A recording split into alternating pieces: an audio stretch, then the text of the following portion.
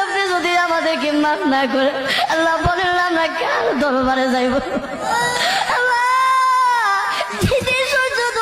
উপরে থাকবে ময়দানে আল্লাহ কত মানুষের মাথাগুলো মগজে আল্লাহ গলে গলে পড়বে। আল্লাহ ওই কঠিন মুহূর্তে আল্লাহ আপনি আমাদেরকে সকলকে আরো সে ছায়া দান করিয়ে আল্লাহ আমাদের সকলকে বিদায় হিসাবে জান্নাত দান করিয়ে